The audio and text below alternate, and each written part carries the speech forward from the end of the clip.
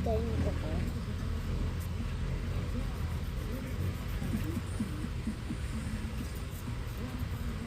Ba, wait lang. Ano ko muna para mamaya mapakita ko sa inyo yung pinaka guys, and sugar. Oh, terrific. Really good.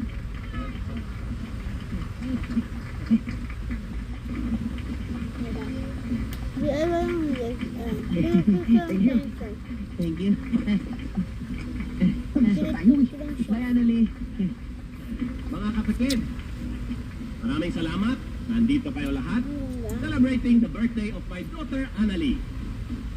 After such a long time out of the country, ngayon lang siya nakaselebrate ng birthday niya dito sa Pilipinas. And also, of course, our special guest for tonight, Mr. Alex.